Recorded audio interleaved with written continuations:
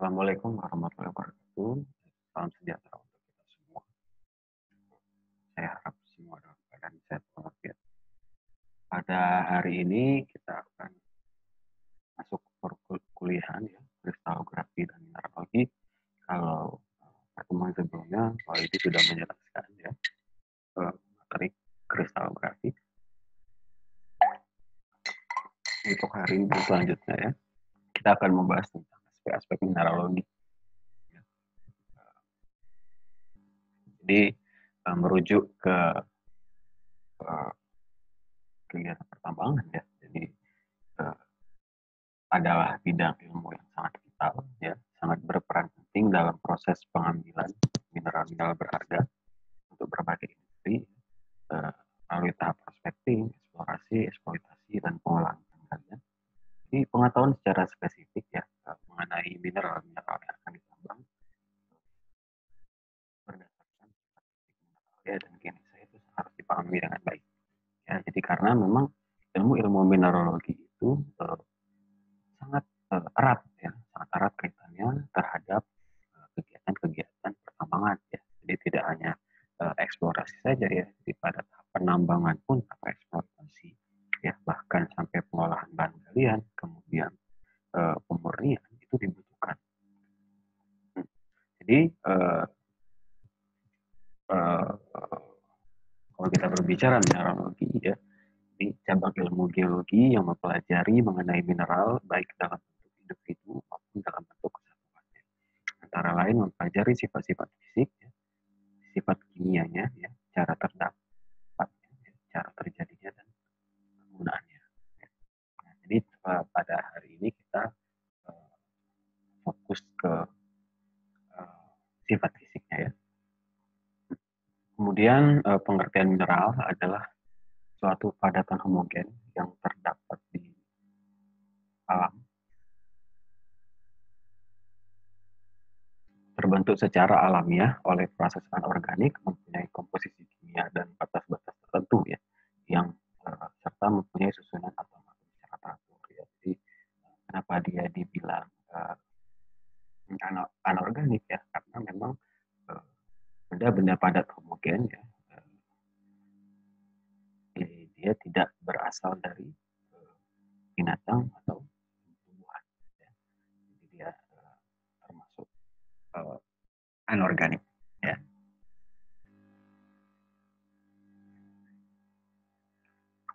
Kemudian homogen ya. Homogen ya. Kenapa dia dibilang homogen ya? Karena dia mineral ya. Mineral hanya terdiri dari satu fase ya, yaitu fase padat ya. Jadi dia tidak dapat diuraikan menjadi senyawa-senyawa yang lebih sederhana ya oleh proses fisik ya. Kemudian mempunyai komposisi kimia ya. Jadi mempunyai komposisi kimia ya, pada batas-batas tertentu ya. Artinya mineral ya, merupakan senyawa kimia ya, yang mempunyai komposisi pada batas-batas tertentu ya, yang dapat dinyatakan oleh sebuah rumus. Oke. Kemudian atom-atom yang teratur ya. Jadi merupakan derajat ya atau level dari keadaan kristalisasi.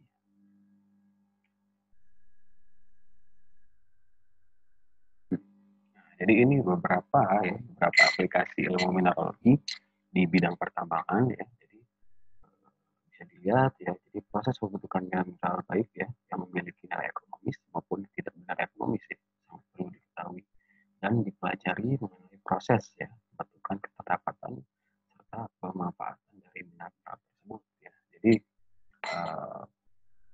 kita harus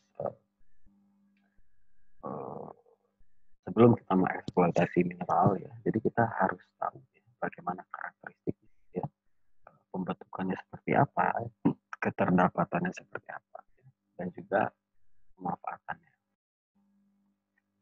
Kemudian dari beberapa proses eksplorasi ya, penyelidikan, ya, pencarian data mineral, dapat diketahui bahwa keberadaan suatu mineral yang tidak lepas dari beberapa banyaknya dan distribusi unsur-unsur kimia, aspek biologis dan fisika. Ya. Jadi memang eh, ketika kita ingin mencari suatu mineral ya, itu tidak lepas dari proses-proses kimia, ya. Proses-proses kimia, ya, fisika, ya, terutama pada ketika kita ingin mencari produk-produk sekunder ya dari suatu endapan ya, endapan sekunder. Nah itu tidak lepas dari penyebaran ya, penyebaran unsur-unsur. Kemudian mengetahui sistem pengolahan mineral yang tepat ya, didasarkan pada sifat-sifat fisik dan sifat kimia mineral tersebut. Ya. Nah, jadi sifat-sifat fisik yang pada mineral itu akan kita gunakan ya, di dalam pemilihan alat ya, pemilihan alat pada proses pengolahan ya. Contohnya proses crushing ya, proses crushing ya. Alat apa yang akan kita gunakan ya, alat crushing apa yang akan digunakan. Kemudian masuk lagi ke proses konsentrasi ya. Jadi ketika kita ingin menghasilkan konsentrat kita butuh parameter-parameter sifat fisik ya. Jadi misalkan mineralnya mengandung magnet yang sangat tinggi, kita bisa menggunakan magnetic separator ya. Kemudian misalkan magnet mineral yang memiliki kecenderungan density yang tinggi ya. Apabila dibandingkan dengan mineral asosiasinya, kita bisa menggunakan alat-alat yang menggunakan sifat berjenis ya, contohnya kayak jigging ya, shaking table dan lain-lain. Ini sangat-sangat penting untuk mengetahui uh, sifat fisik ya dari suatu mineral ya, untuk pengolahan mineral. Kemudian mengetahui sistem penambangan yang tepat ya, yang didasarkan pada sifat fisik. Ya. Jadi dengan mempelajari sifat fisik ya kita bisa tahu ya. Jadi karakteristik secara makroskopis ya, endapan-endapan yang high grade ya dan low grade ya. Jadi mana kadar-kadar yang tinggi dan kadar yang rendah. Nah, ini berguna ketika kita ingin monitoring ya, monitoring arah penambangan. Oke ya, jadi mengapa kita penting ya untuk belajar mineralogi karena banyak sekali fungsinya. Jadi salah satunya adalah why studi mineralogi ya, building blocks approach ya. Jadi batuan itu tersusun oleh mineral-mineral. Nah, jadi dengan mengetahui mineral-mineral, jadi kita bisa mengetahui ya. Jadi klasifikasi batuan ya, yang ada di bumi seperti apa ya. Contohnya seperti quartz ya. Jadi kalau kita berbicara granit ya, batuan granit ya, jadi kalau kita teliti akan banyak mineral yang ada di dalamnya ya, kuarsa ya, hornblende dan feldspar ya. Jadi penting kita untuk mengetahui karakteristik batuan ya, yang didasari oleh mineral-mineral. Ya, jadi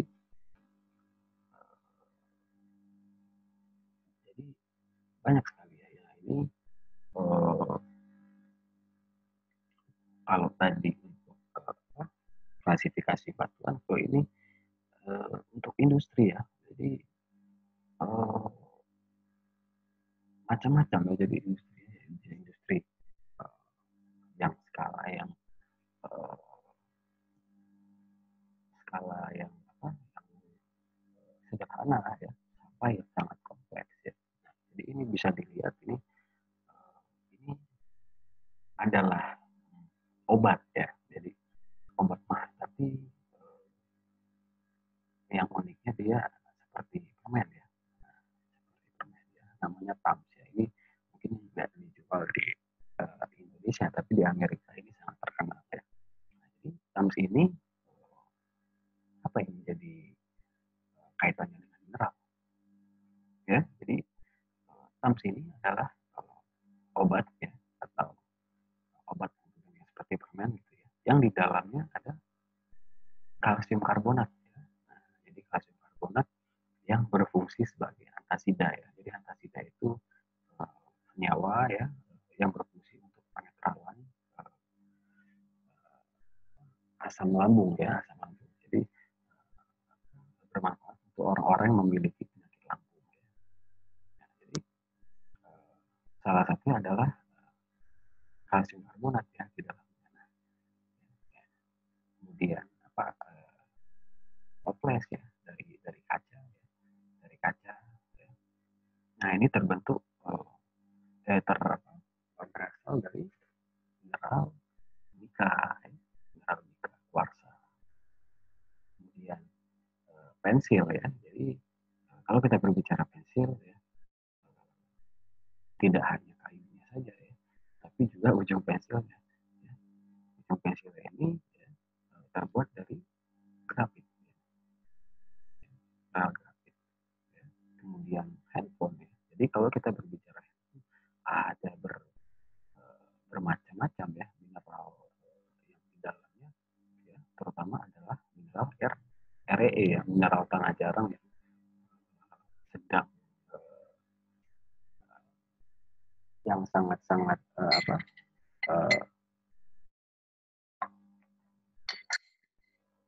dicari ya pada masa ini ya, karena memang industri-industri elektronik ya, TV, handphone dan lain-lain itu sangat membutuhkan mineral atau unsur-unsur tanah jarang.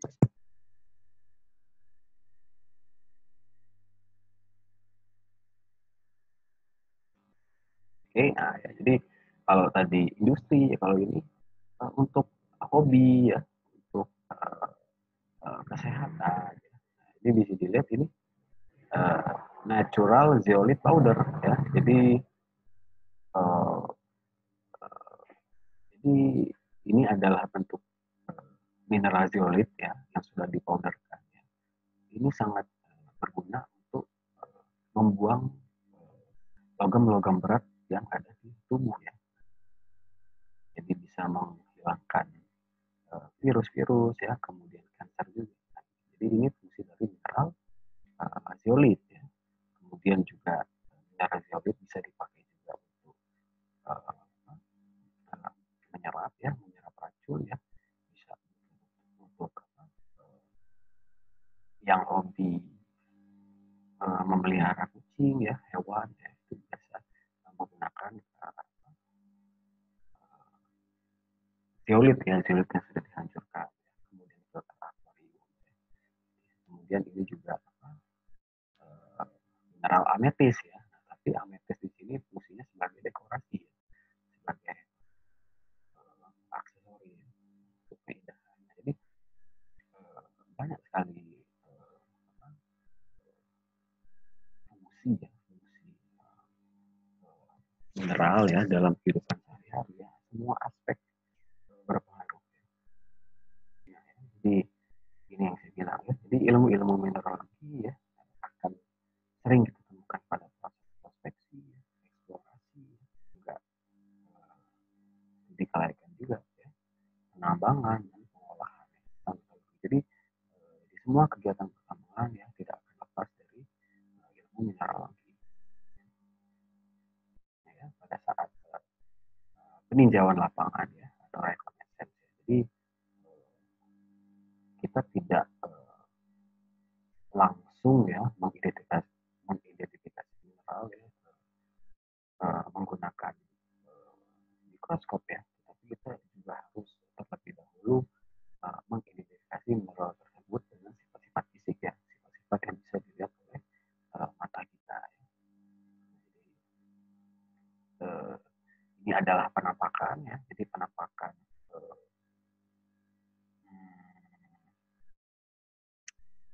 salah dua dari mineral ya, mineral yang sangat berkaitan dengan endapan tertentu ya, dengan kalau di sini dia ini adalah penampakan dari mineral. Kalau yang biru ini azurit ya, kalau yang hijau ini malasit ya. kedua mineral ini yang bisa kita gunakan sebagai indikator ya, indikator dalam kegiatan eksplorasi. Ya. Jadi kita bisa mengetahui jadi bagaimana sih karakteristik genetik dari suatu endapan, bagaimana karakteristik kadar ya di suatu endapan tersebut bisa kita lihat dari anomali yang hadir ya, yaitu penampakan dari mineral zeolit, zeolit mineral, azurit dan malasit. Jadi kita jangan terburu-buru untuk apa langsung apa ya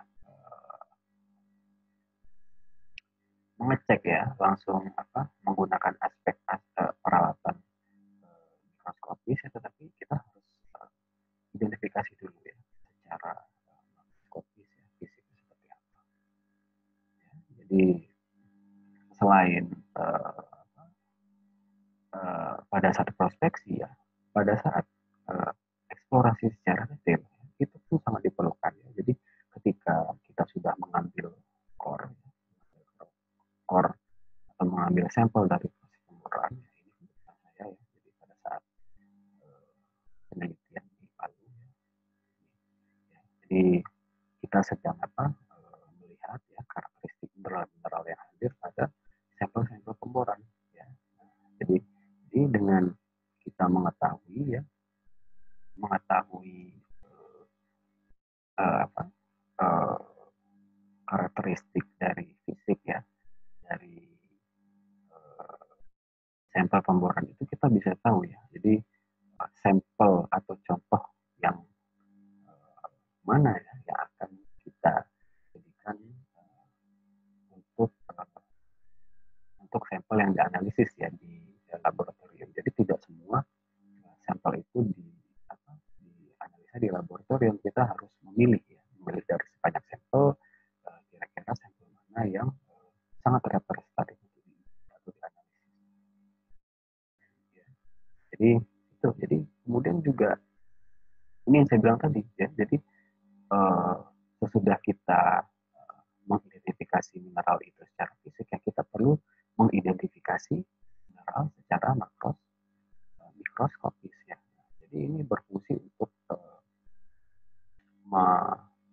menambah keyakinan kita ya, menambah keyakinan kita ya terhadap bagaimana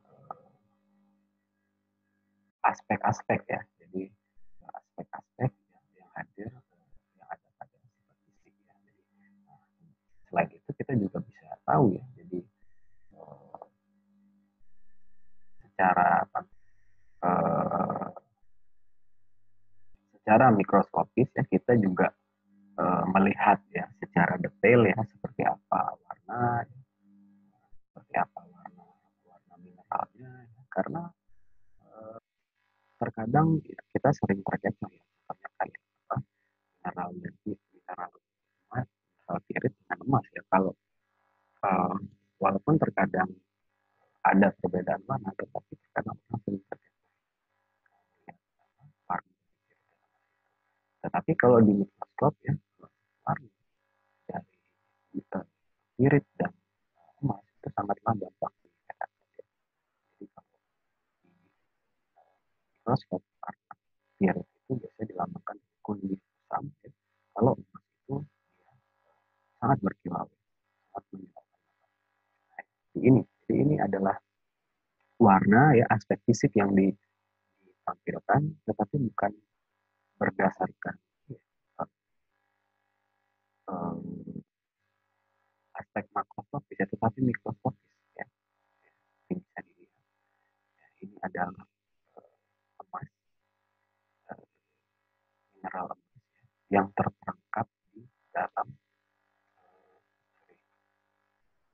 terperangkap di dalam mineral pirit. Nah,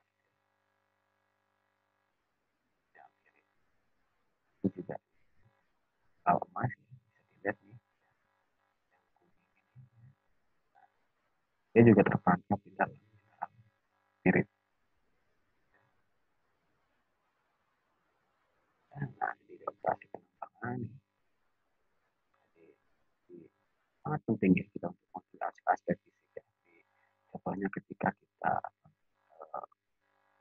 contohnya di nikel ya. Jadi nikel itu perbedaan ya zonasi kadarnya itu dapat dilihat dengan aspek fisik yaitu warna ya. Jadi pada wilayah di nikel ya, daerah-daerah yang kadar nikelnya tinggi, biasa dia dilambangkan dengan hadirnya mineral garnier. Ya. Jadi mineral garnier ini memiliki warna hijau. Ya. Nah itu mengindikasikan kalau zona itu memiliki kadar yang tinggi. Oke. Jadi sudah saya bilang tadi ya. Jadi ke proses kepengolahan bahan galian ya, pengolahan bahan galian atau disebutnya dengan mineral tracing. Jadi dengan mengetahui ya, jadi aspek-aspek sifat fisik ya atau sifat-sifat fisik yang menonjol ya, mineral itu bisa kita gunakan untuk proses-proses pengolahan ya dari tahap kominusi ya atau penghancuran bahan galian ya, reduksi bahan galian sampai ke tahapan konsentrasi. Ya, itu membutuhkan aspek-aspek fisik ya, aspek mineralogi. Nah, ya.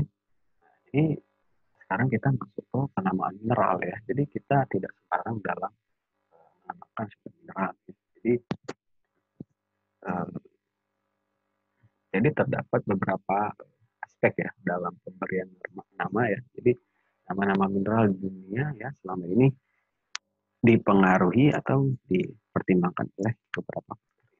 Ya, jadi satu berdasarkan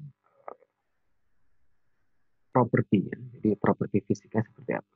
Ya, properti fisiknya. Ya. Jadi uh, contohnya kayak apa? Magnetite ya, karena dia memiliki sifat magnet. Ya. Kemudian olivin ya warnanya. Kemudian aspek kimia ya. Salah satunya chromite ya, aspek-aspek kimia. Kemudian locality ya, berarti keberadaan pertama kali mineral itu ditemukan ya. Jadi bisa di wilayah Franklin ya, dan daerah Labrador. Kemudian yang public figure ya, public figure pun bisa uh, diberi apa uh, dijadikan sebagai nama mineral ya, seperti Simpson ya, Smithson ya. Jadi Smithson adalah seorang filantropis ya di tahun 1700. Kemudian mineralogis ya. Jadi seorang mineralogis ya, Silliman itu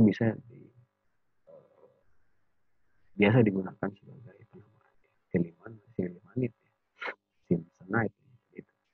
Jadi bisa dari properti fisik ya, aspek kimia, lokality atau keberadaannya, ya, public figure ya, dan juga mineralogis ya, jadi profesi.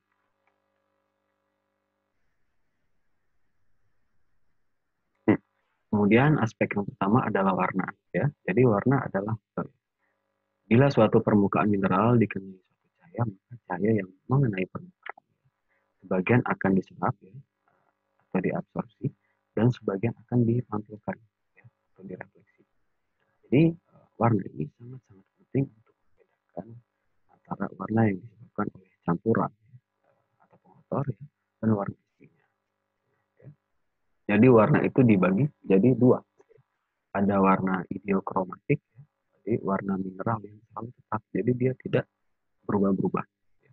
Jadi umumnya dijumpai pada mineral-mineral yang tidak tembus cahaya, opak. Jadi memang warna-warna yang selalu tetap ini memang dia sering dijumpai pada mineral opak ya, dan mineral yang bersifat metal. Ya. Contohnya apa saja mineral yang warnanya tetap ya dan apa,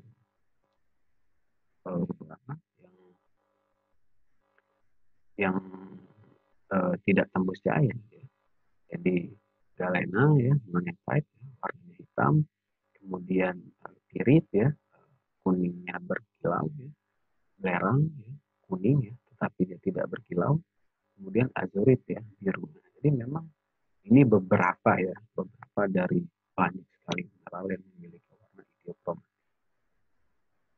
Kemudian warna alokromatik ya, jadi warna mineral yang tidak tetap ya.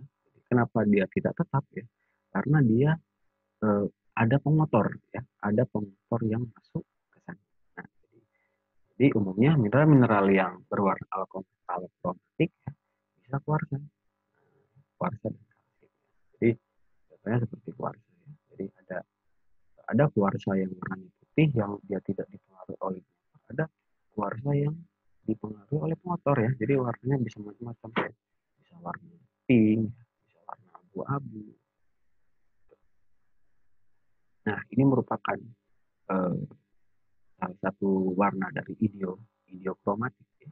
Jadi warnanya tetap dan tidak akan berubah ya. Magnetite ya, pirit ya, gelap, biru dan malaysia.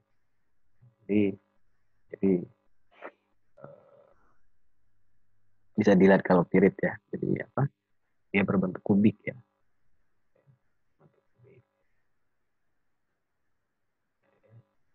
Sebenarnya sangat gampang ya membedakan dengan emas ya. Jadi dilihat dari perawakannya itu sebenarnya sudah terlihat ya, terlihat perbedaannya. Ini adalah mineral azurit dan malachite. Azurit warnanya biru, malachite warnanya hijau. Magnetite, ini gold ya. Jadi memang kalau dari warnanya hampir mirip ya, gold ya dan pirit, tetapi dari perawakannya, dari karakteristik perawakannya berbeda. Nah ya, kalau tadi diokromatik, kalau ini alkromatik, ini seperti yang saya bilang tadi, kuarsa itu bisa berubah-ubah, tidak hanya putih, ya. Bisa berbentuk abu-abu, atau disebut juga dengan smoky quartz. Kemudian dia warnanya ungu, ya, disebut juga dengan ametis, ya. Kemudian kalau kuning, yellow, ya, yellow quartz. Kenapa dia bisa berwarna-warni ini ya dari unsur motor ya, bisa besi ya, dan lain-lain. Kemudian ada derajat transparansi ya. Jadi derajat mineral ya ketika dikenakan suatu cahaya ya. Jadi apakah dia tembus tembus cahaya ya, atau tidak tembus cahaya ya. Bahkan juga ada sebagian yang tembus, sebagian tidak. Jadi itu. Jadi kalau dia tidak tembus cahaya ya, disebut opaque ya. Jadi apabila mineral itu tidak tembus cahaya disebut opak ya. Kemudian tembus cahaya ya, disebut dengan transparan. Ya. Sedangkan kalau sebagian dapat ditembus cahaya disebut translucent. Jadi opak ini biasa hadir dalam mineral-mineral yang memiliki kilap logam, metal, atau kita sebut dengan mineral biji. Jadi mineral biji itu memiliki pada umumnya memiliki derajat transparansi opak. Kemudian perawakan kristal. Nah, jadi kristal ini ya apabila dia terbentuk secara sempurna, ya, tidak ada hambatan dalam proses pembentukannya, dia akan memiliki perawakan tertentu. Ya. Yang pertama adalah elongated habits, ya. Jadi terbagi atas kolumnar ya, bentuk kristal prismatik yang menyerupai bentuk tiang. Ya, ini bisa dilihat pirolusit ya, turmalin. Jadi bisa dilihat karakteristiknya meniang, kolumnar. Kemudian dia menyerat ya, jadi bentuk kristal prismatik yang menyerupai serat yang kecil. Jadi ini sangat unik ya. Mineral-mineral yang memiliki karakteristik menyerat ini ya, layaknya kain ini, salah beberapanya ya, asbestos dan silimanit. Jadi akibat dia memiliki tekstur ya atau perawakan seperti ini menyerat, dia sering digunakan ya, pada umumnya digunakan untuk industri tekstil ya, karena dia memiliki kemampuan untuk dipintal seperti kain ya. Ya, jadi industri tekstil ya, contohnya seperti apa penggunaannya asbes ya, asbes di rumah kita kan dia seperti apa ya, serat-serat kain. seperti ini ya, bagian dalam mineral asbestos. Kemudian akikuler ya, akikuler yaitu bentuk kristal yang menyerupai jarum jam kecil ya, ya seperti ini, ya, menyerupai jarum jam tajam. Kemudian menjaring ya, jadi bentuk kristal yang tersusun menyerupai jaring ya, jadi dia memiliki karakteristik jaring yang berpotongan ya di dalam mineral. Kemudian radiated ya, jadi bentuk kristal yang menyerupai jaring. Jadi dijumpai dalam biasanya ditemukan pada mineral markasit ya, yang berwarna pirit. Ini markasit ini hampir sama ya seperti pirit.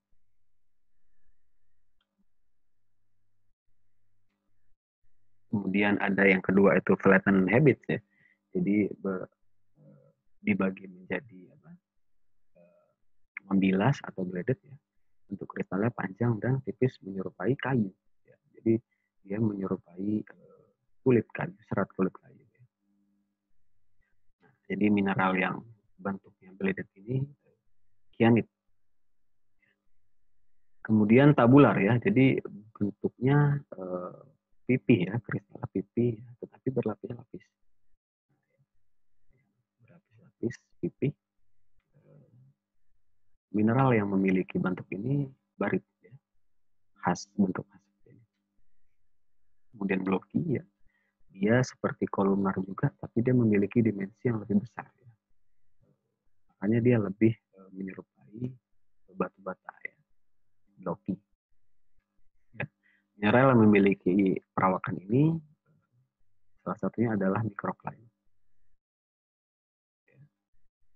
Kemudian divergen ya, bentuk kristal yang tersusun bentuk kipas terbuka. Nah, ya, jadi dia hampir mirip seperti akikuler ya, tetapi dia memencar ya, dia divergen ke segala arah. Mineral ini ya, bentuk ini dijumpai juga pada mineral gypsum. Ya. Rounded habits ada juga ya, jadi mammillary ya, jadi bentuk kristal yang menyerupai bentuk bergelombang. Ya. Jadi dijumpai pada mineral malachite ya, bentuknya seperti bergelombang ya, bergelombang. Kemudian kilap ya, sifat fisik kilap. Jadi kilap ditimbulkan oleh cahaya yang dipantulkan dari permukaan sebuah mineral ya, yang erat hubungannya dengan sifat pemantulan dan pembiasan. Intensitas kilap tergantung pada indeks bias dari mineral ya. Apabila semakin besar indeks bias mineral, semakin besar pula jumlah cahaya yang dipantulkan.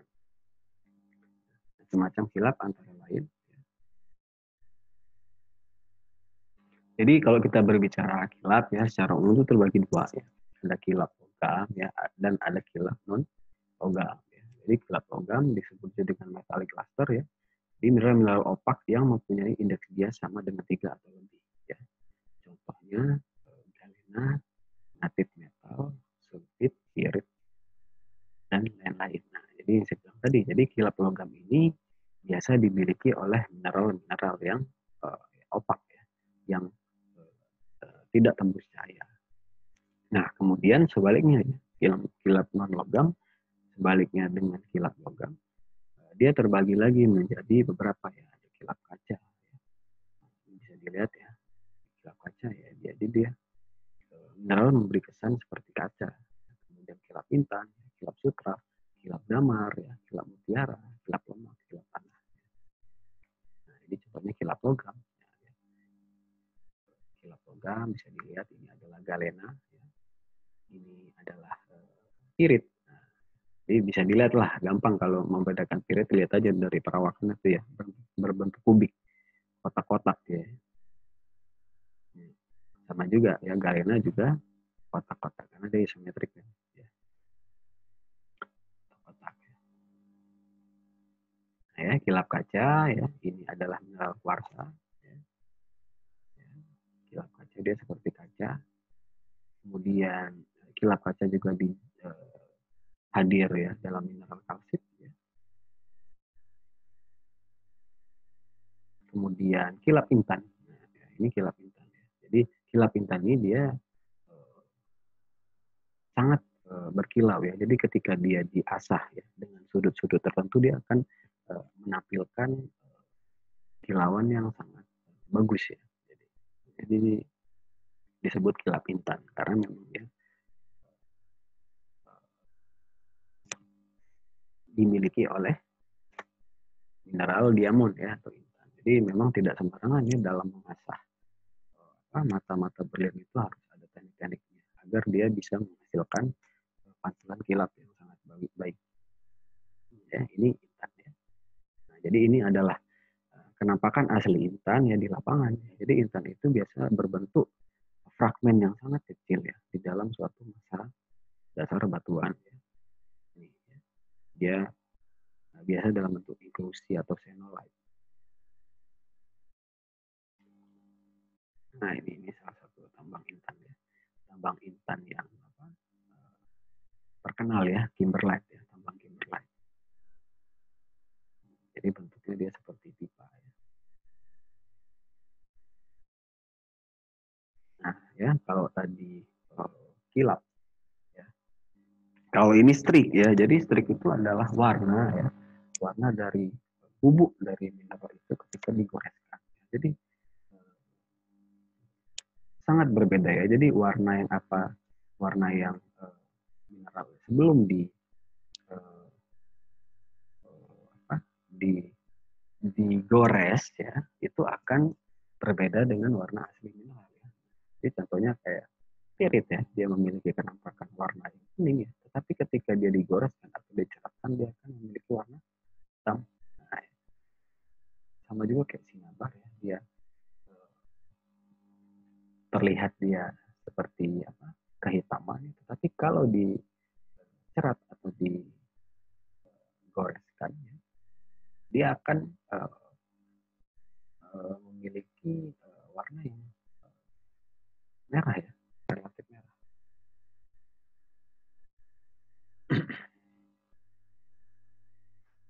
Jadi bisa dilihat ya kalau grafit itu hasil ceratnya black ya, pirit itu black, magnetite itu black ya, kalau pirit black ya, kalau pirit itu kan kuning ya kalau kita lihat warnanya, tapi dia ketika diceratkan dia warnanya hitam.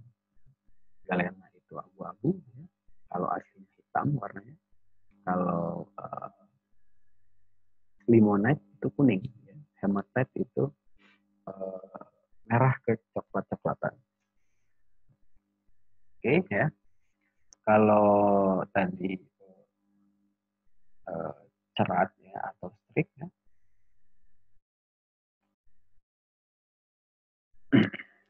kita masuk ke inner belahan ya, belahan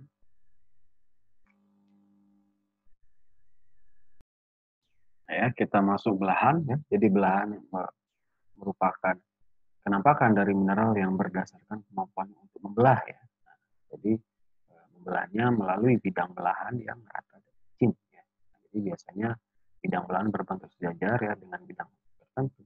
Nah, jadi kalau kita bilang belahan macam-macam ya. Jadi biasanya beberapa bidang belahan sangat jelas ya, ketika kita melihatnya di mikroskop. Jadi ada belahan satu arah ya, muskopit ya, nika juga, kemudian dua arah feldspar, ya, piroksin, apibol, ya, tiga arah kalsit ya, atau galena, empat arah fluorid ya. Oke, ya ini bisa dilihat ya. Jadi, jadi kalau kita lihat mineral dia sangat ya sulit ya untuk membelah ya, untuk memiliki cleavage ya. Jadi dia tidak memiliki cleavage ya. Nah, ini bisa dilihat ya satu arah ya. Muskopit ya, mineral muskopit ya. Ini merupakan pola belahan ya. Ya, membelahnya seperti ini. Ya. Kemudian muskopit, sorry, feldspar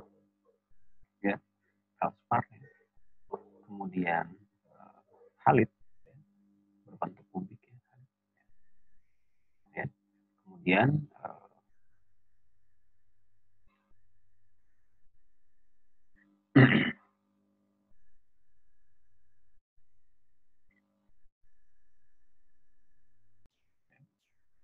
kemudian kalsit ya, seperti ini kalsit ya, bentuk buah. Ya.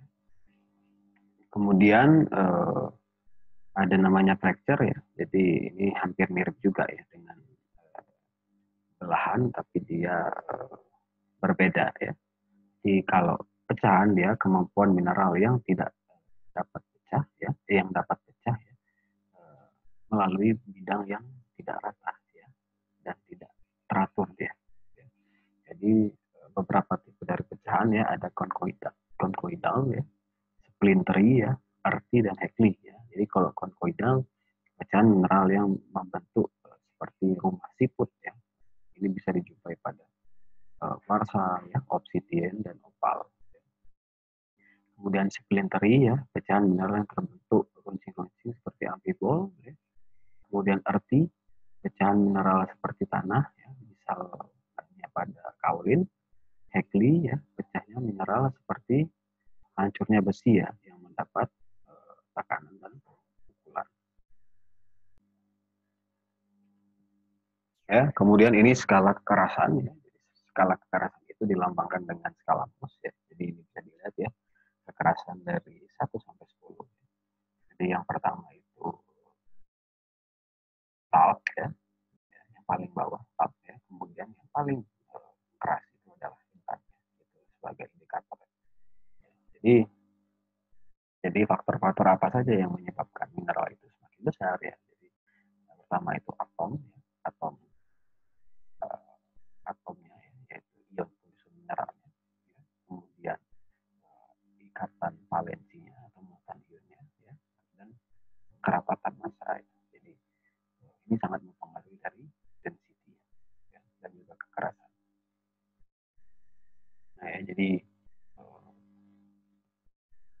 selain dengan skala Mohs ya, jadi kita juga bisa menggunakan benda-benda ya, dan juga anggota tubuh kita ya, untuk memperkirakan kekerasan ya. Bisa dilihat ya, kuku jari ya, 2,5 ya, pisau lipat 5,5, 1,0 ya. Jadi ketika dia di gores balik jari, ketika kalau dia hancur ya, berarti dia uh,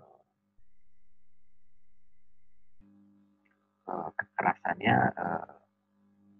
2,5 ya.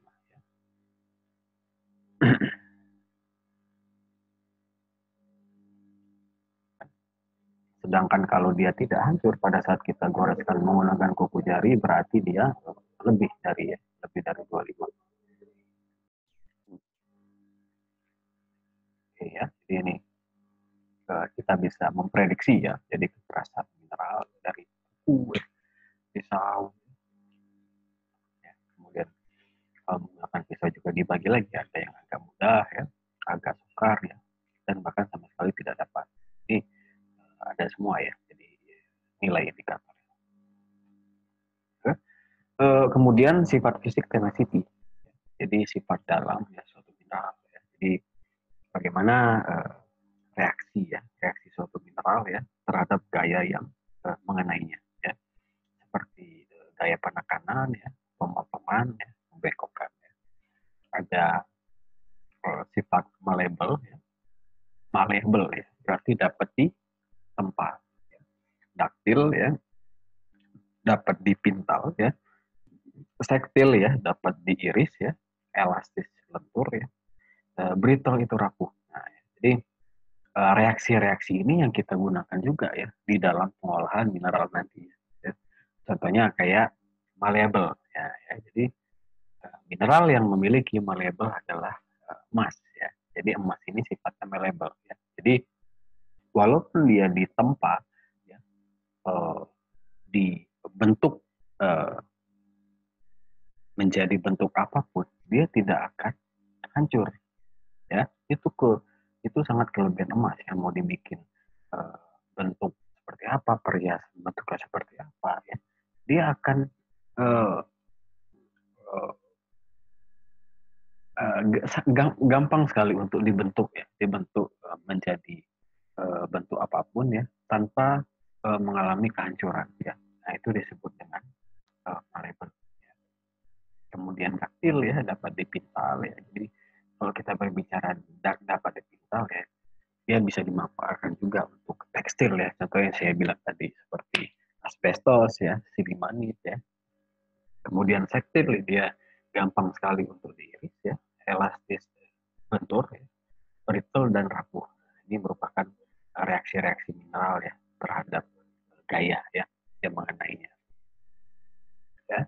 Kemudian berat jenis ya, jadi setiap mineral ya memiliki density ya atau uh, specific gravity yang tertentu ya,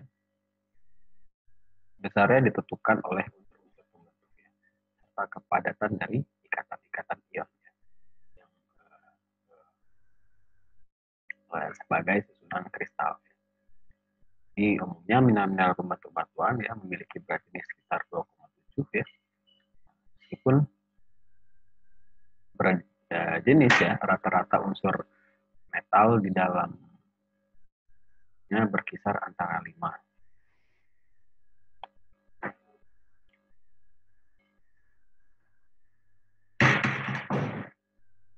Kalau emas murni ya itu berat jenisnya 19,3 ya. Jadi bisa dilihat ya uh, range dari berat jenis mineral ya, dan juga batuan ya. Kemudian kemagnetan ya, kemagnetan. Jadi jadi berdasarkan sifat kemagnetan ya, mineral itu digolongkan menjadi 3 ya. Ada ferromagnetik ya, kemudian paramagnetik dan diamagnetik ya. Jadi kalau ferromagnetik dia kemagnetannya sangat tinggi, ya, sangat tinggi. Ya. Jadi bisa dalam bentuk magnetite ya, ferrite, mahemite, ya, isopite ya, dan macam-macam. Ini merupakan golongan yang termasuk ferromagnetik.